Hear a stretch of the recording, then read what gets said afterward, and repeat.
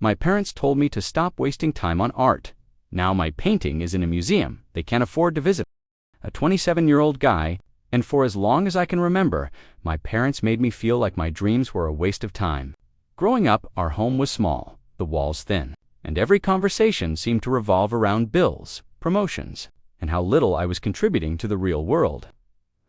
My father would sit in his worn recliner, newspaper in hand, and glance at my sketches with that familiar sneer. "Why are you doodling again?" he'd ask, voice dripping with mockery. "Do you think that'll pay your rent someday? Stop wasting time." My mother, equally sharp, would chime in from the kitchen. "You need a proper career. Art won't feed you. Stop being childish." Their words weren't just discouraging, they were a constant reminder that my passions were invisible to them, irrelevant, and even annoying. Yet, even under their critical eyes, I found refuge in drawing. My pencil became my companion, sketching shadows of the world I wanted to escape into. On late nights, I'd hunch over the corner of my desk with a small lamp, the soft yellow light casting long, trembling shadows across my unfinished canvases. The smell of graphite and the scratch of pencil against paper became comforting, grounding me in a reality that felt like my own. I drew people, animals, imaginary landscapes. Sometimes even versions of myself, where I wasn't constantly judged or dismissed. The thing is, I never told them how much art mattered to me. I learned early on that their understanding wasn't something I could wait for. Love mixed with resentments. Sometimes I'd watch them laugh over a mundane joke, wishing I could tell them, "I exist outside your definitions of success." But I didn't. I hid my notebooks beneath stacks of bills and laundry, afraid of the ridicule that might come if they found them.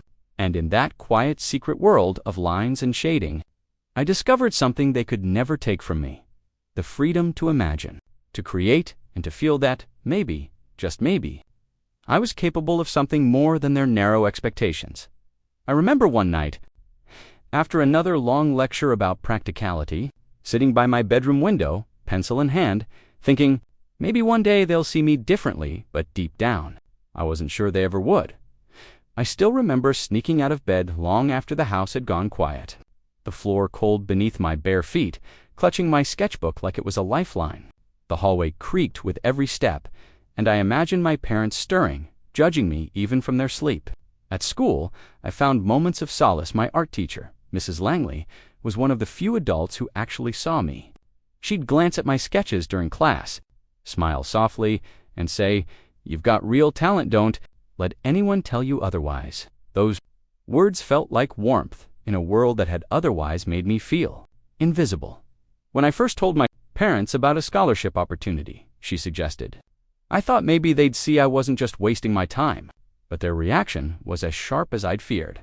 My father slammed his hands on the kitchen table, rattling the dishes. "A scholarship? For what? Doodling. You think the world needs another daydream?" he shouted.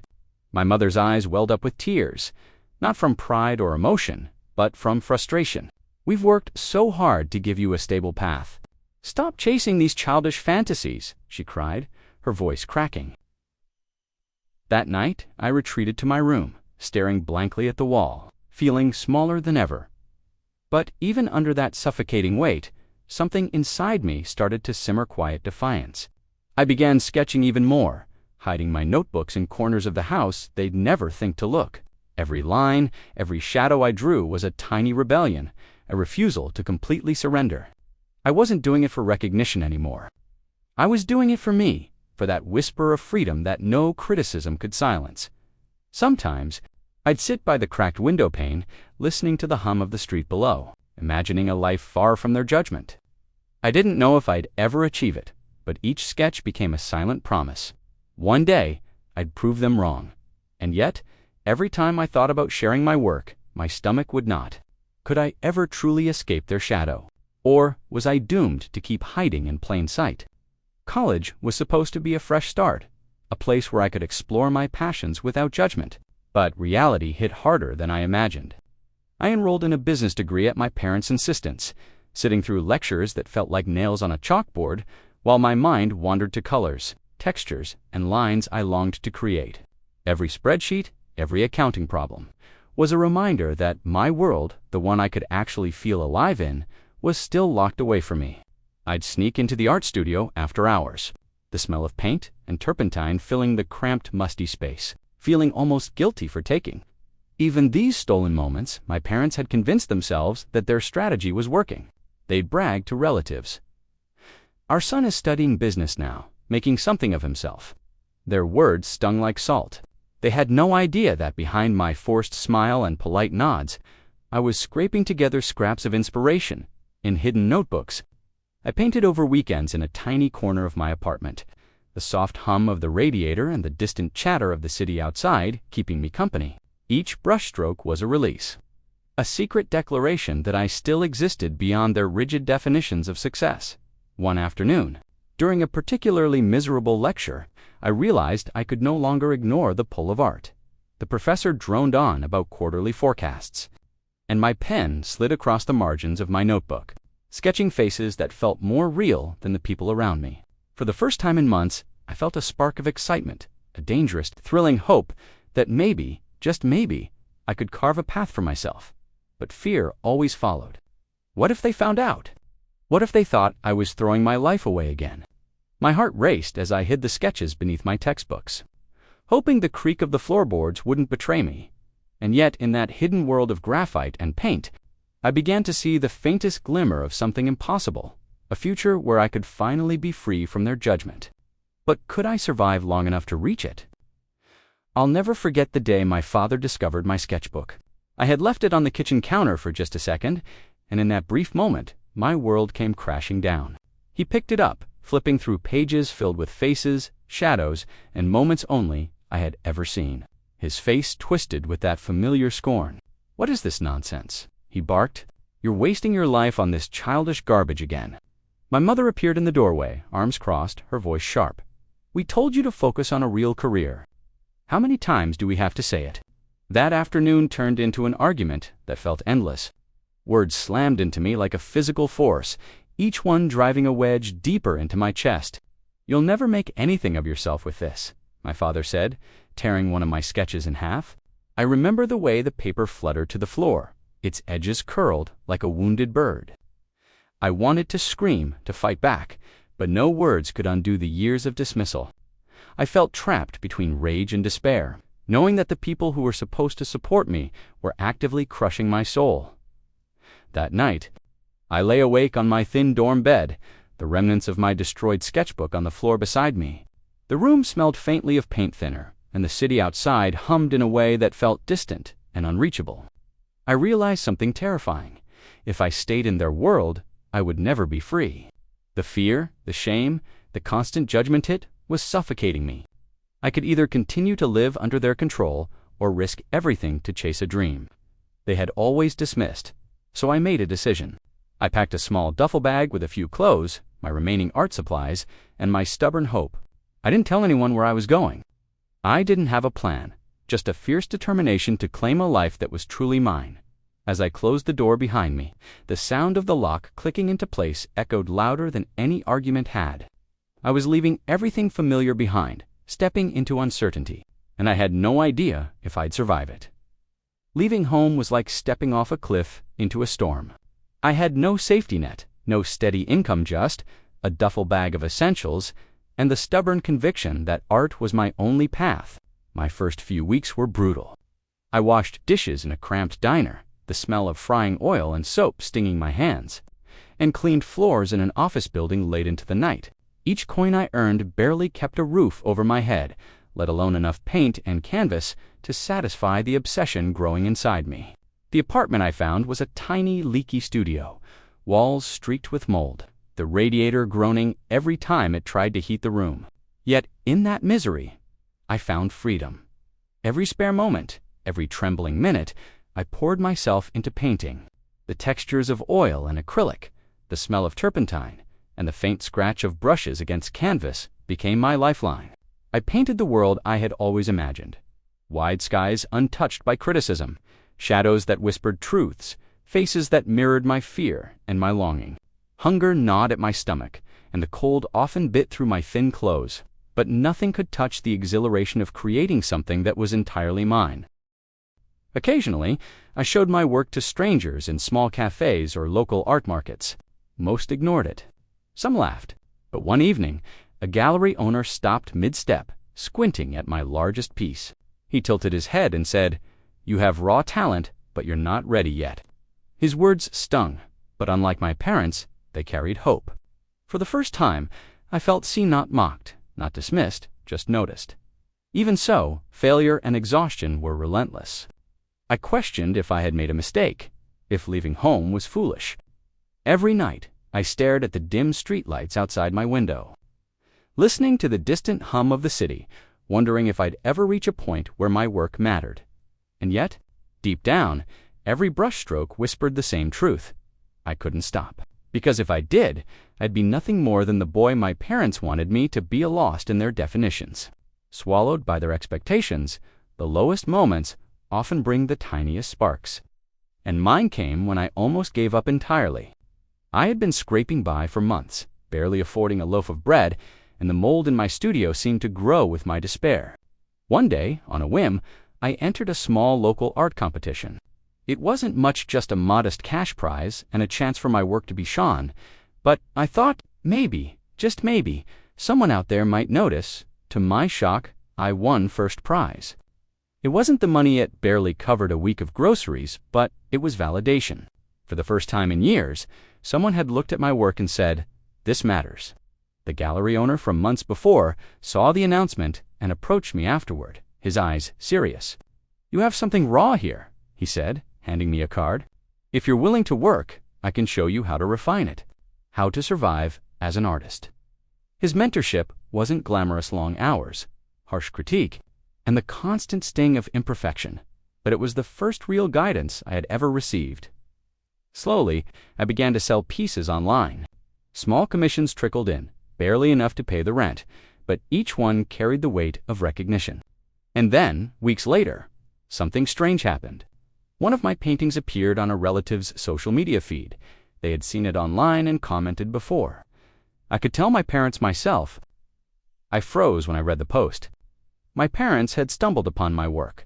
I expected anger, a lecture, maybe even dismissal, but instead, they accused me of chasing childish fantasies, again with a casual, almost scornful tone. That comment could have shattered me, and for a moment it did. But beneath the sting, something ignited, quiet, determined, a flicker of defiance. I realized that, whether they believed in me or not, didn't matter. My art was no longer hidden, and their opinions no longer dictated my worth. Still, I couldn't shake the feeling that this was only the beginning of a storm, one I had no idea how to navigate. A few weeks later, I received a surprise visit from my parents. I hadn't told them where I lived, but somehow they had tracked me down. The moment they stepped into my tiny studio, I felt the tension tighten around my chest like a vice. Their eyes flicked over my canvases, lingering on the largest one, my rawest, most personal piece, filled with the shadows and frustrations of the years they'd ignored me. This is ridiculous," my father scoffed, stepping closer, the floorboards creaking under his weight. "Why are you obsessed with this nonsense? You're throwing your life away again." My mother, arms crossed, added, "I can't believe we spent all those years worrying about your future, and this is what you've done." They laughed, pointed, whispered comments to each other. I tried to explain, voice trembling, "This is my work. I've poured everything into it," but it fell on deaf ears. Every word I said was met with a shake of the head, a scoff, a disbelieving glare. Their presence in my space, so intimate and personal, was suffocating. The smell of turpentine, the clutter of brushes and paint, the hum of the radiator, it all became a cage, a spotlight on my vulnerability. Strangers passing by in the hallway might have heard the shouting, the snapping criticism, the way their laughter cut through the air like knives that night. I sat alone, staring at the corner of the studio where the largest canvas leaned. My hands shook. I questioned every choice I had made, leaving home, pursuing art, even daring to believe in myself. For the first time, I truly felt defeated. My passion, my secret rebellion, my lifeline, it had been laid bare and mocked. I felt smaller than I ever had, swallowed by exhaustion, shame, and self-doubt. The thought of giving up crossed my mind, whispering seductively. Maybe they were right. Maybe I had wasted my life on fantasies. But deep down, beneath the sting and the humiliation, a quiet ember of defiance remained. And I knew, somehow, I couldn't let it die because the moment I did, I would truly belong to them forever. I spent days crawling through that suffocating pit of self-doubt, staring at my brushes and canvases like they were strangers. The humiliation of my parents' visit had sunk deep, and I almost stopped painting entirely. My hands itched for color, yet my heart felt numb, weighed down by their judgment. One evening, my mentor called, voice firm but caring, "Stop painting for them. Stop painting to prove anything. Paint your truth, or you'll drown in everything that isn't you." His words hit harder than anything my parents ever said. I realized I had been chasing validation not for myself, but for the people who had never truly seen me. That night, I cleared my small studio, set up a large canvas, and stared at it as though it were the first day of my life. I began painting with everything I had. Every ounce of anger, heartbreak, and longing poured into each stroke. The smell of oil paint, the scratch of bristles on canvas, the muted hum of the city outside, they all felt like allies in my rebellion. I painted shadows breaking free, figures clawing toward the light, faces twisted with frustration, yet tinged with hope. Hours passed, the room growing colder, my hands sticky with paint, my lungs shallow from holding my breath in tension and anticipation. By dawn, I stepped back and saw it. My life, my pain, my escape, captured in one furious, messy, beautiful piece. The next day, I submitted it anonymously to a national art exhibition. I didn't expect much. It was a long shot. But when the curator called weeks later, I nearly dropped the phone.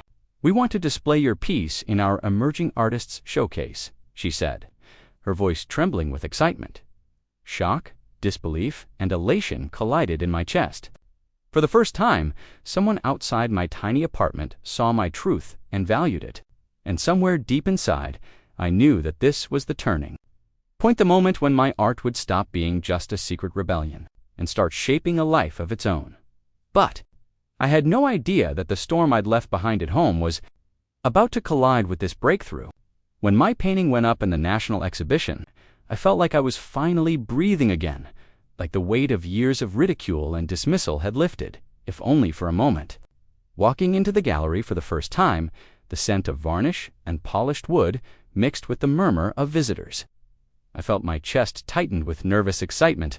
People stopped in front of my piece, whispering to each other, pointing out details I hadn't consciously included, marveling at the raw emotion it conveyed. For the first time, strangers understood the story I had been trying to tell my parents for years: pain, frustration, and the desperate hunger to be seen. Critics wrote about it in local papers, praising its authenticity and intensity. A modern depiction of generational trauma, one called it a fearless exploration of suppressed emotion. Another wrote, each word was a validation I had never received at home. Small commissions began to trickle in. Emails from people moved by my work, offering to display it in cafes, online stores, and tiny galleries. I could finally feel that my art had value not just monetarily, but emotionally, spiritually.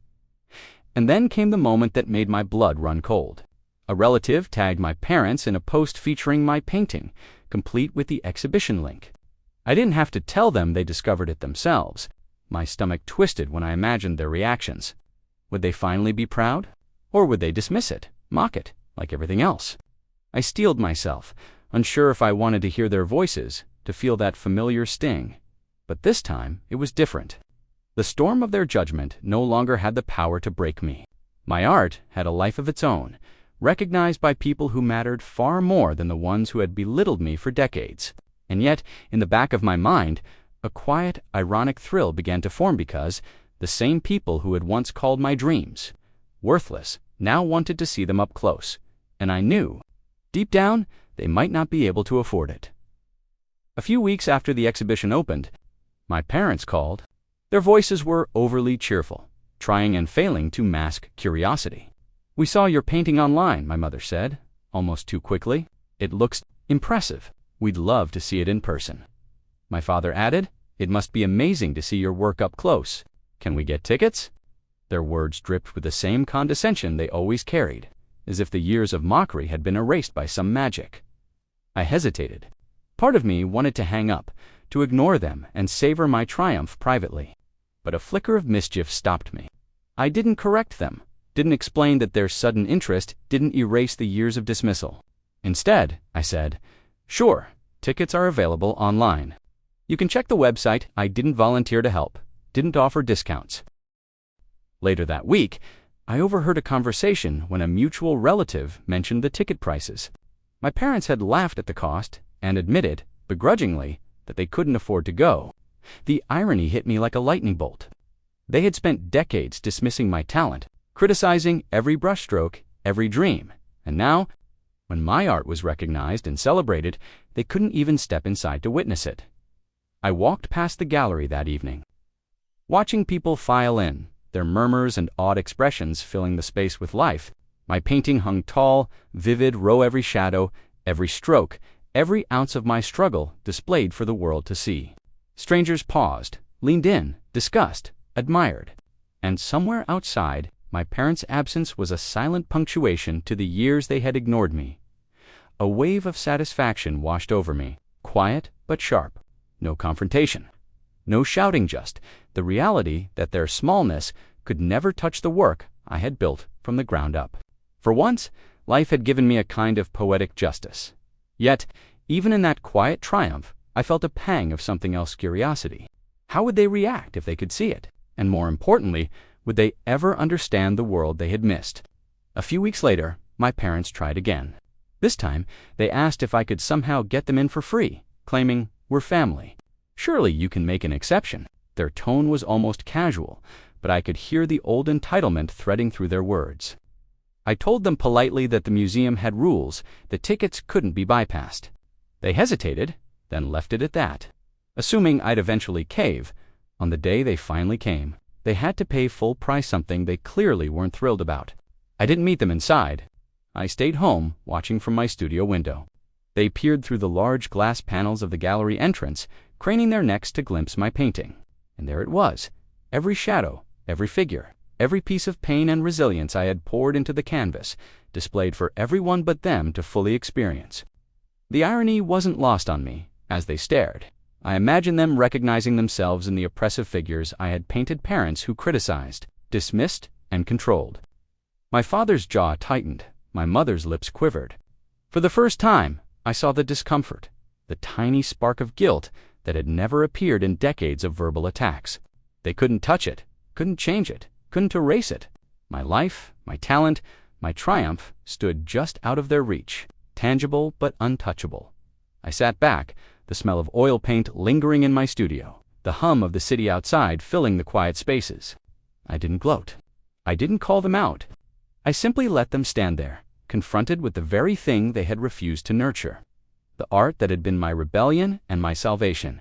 And in that silence, I finally felt the weight of years lifting. No words, no confrontation. Just the reality of what I had built and the knowledge that they were witnessing the consequences of the life they had tried to deny me. But even in that quiet victory, I knew one thing: my journey wasn't over. Something bigger was waiting beyond the gallery doors. Months later, my life had transformed in ways I never imagined when I first left home. My art career was flourishing. I received commissions, interviews, and invitations to exhibit in new galleries. People reached out to me, sharing how my work had touched their lives, how it had mirrored struggles they'd faced in silence. It was overwhelming, humbling, and liberating all at once. For the first time, I felt the kind of validation that had nothing to do with my parents' approval. My work mattered. I mattered. I often reflected on the long nights spent in my tiny studio, the moldy walls, the cold floors, the hunger, and the relentless self-doubt. Every stroke of paint had been a declaration. I existed beyond the narrow confines of my parents' expectations. The journey had been painful, humbling, and exhausting, but it had forged a version of me that was unshakable, fierce, and unapologetically authentic. My parents, they still called occasionally, their voices coded in a mix of curiosity and lingering pride they didn't dare admit. I answered politely, never needing their validation, and let the past stay in its rightful place. They had witnessed the consequences of their neglect. The art they once mocked, now towering above them in galleries they couldn't fully enter. I felt no bitterness, only quiet satisfaction, a recognition that their inability to support me had become part of the story I now owned. Late at night, I stand in front of my largest canvases, smelling the faint trace of turpentine, feeling the texture of oil paint under my fingers, and I smile. I think they said art would never feed me, but it fed my soul first, and now it feeds everything else too. My triumph isn't measured in fame or money alone. It's in freedom, in the relentless pursuit of something they never understood, in proving to myself that my life is mine to define. As the city hums softly outside my studio window, I know this is only the beginning. The years of doubt, dismissal, and ridicule are behind me. I am free, I am seen, and I am finally home inside myself.